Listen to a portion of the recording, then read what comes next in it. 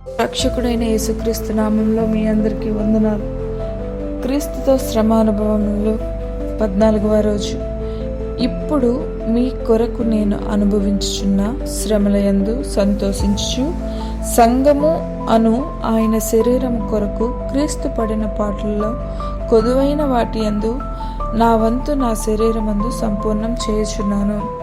కొలస్సీలకు రాసిన పత్రిక 1:24 ఇలా రాయబడి ఉంది. సంఘం క్రీస్తు ప్రణాళిక కేంద్రం. క్రైస్తవులందరి కొరకు క్రీస్తు ఒక ప్రణాళిక కలిగి ఉన్నాడు.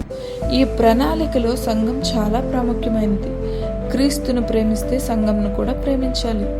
కుటుంబాల కుటుంబమైన సంఘంలో మనం చేర్చబడినప్పుడు దేవుని ప్రణాళికలు మన వ్యక్తిగత కుటుంబాల జీవితాల్లో నెరవేర్చబడతాయి.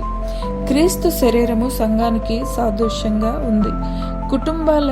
కుటుంబమైన సంఘం వాక్యానుసారమైన బోధనలో, ప్రార్థనలో, సహవాసంలో మరియు రొట్టె విరుచుట్లో ఎడతెగక ఉండాలి. సంఘం క్రీస్తు ప్రణాళికలో ఉందో లేదో గమనించుకోవాల్సిన అవసరం ఆ సంఘంలో ఉన్న ప్రతి విశ్వాస బాధ్యత. ఈ బాధ్యత క్రీస్తు శరీరం కొరకు క్రీస్తు పడిన పాటల్లో పాలు పంపులు కలిగి ఉండటం. ప్రతి విశ్వాసికి తన స్థానిక సంఘం పట్ల భారం కలిగి ఉండాలి. సంఘంలో సహవాసం కలిగి ఉండటం మన అందరికీ బాధ్యత. రక్షింపబడడం అంటే దేవుని కృపలో ఉన్నామనే కదా. క్రీస్తు శిలువలో అనుభవించిన ప్రతి శ్రమ మనల్ని రక్షించుకొని ఒక సంఘంగా చేయాలనేదే ఆయన చిత్తం. క్రీస్తు శరీరంలో పాలిభాగస్థులమైనప్పుడే ఆయన పొందిన శ్రమ సంపూర్ణమవుతుంది. అంతేకాదు, ప్రతి శ్రమ అనుభవంను మనం కూడా పొందాలంటే దేవుడు మనకిచ్చిన తలాంతుల కొలదే ఆయన పరిచర్యలో వాడబడాలి. అనుభవం.